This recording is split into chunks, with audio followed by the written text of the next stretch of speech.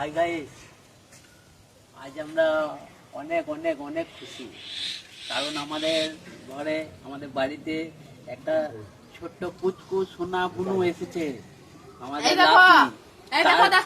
তার জন্য দেখো সবাইকে মিষ্টি মুখ করিয়েছি এবং এখন আমরাও করছি।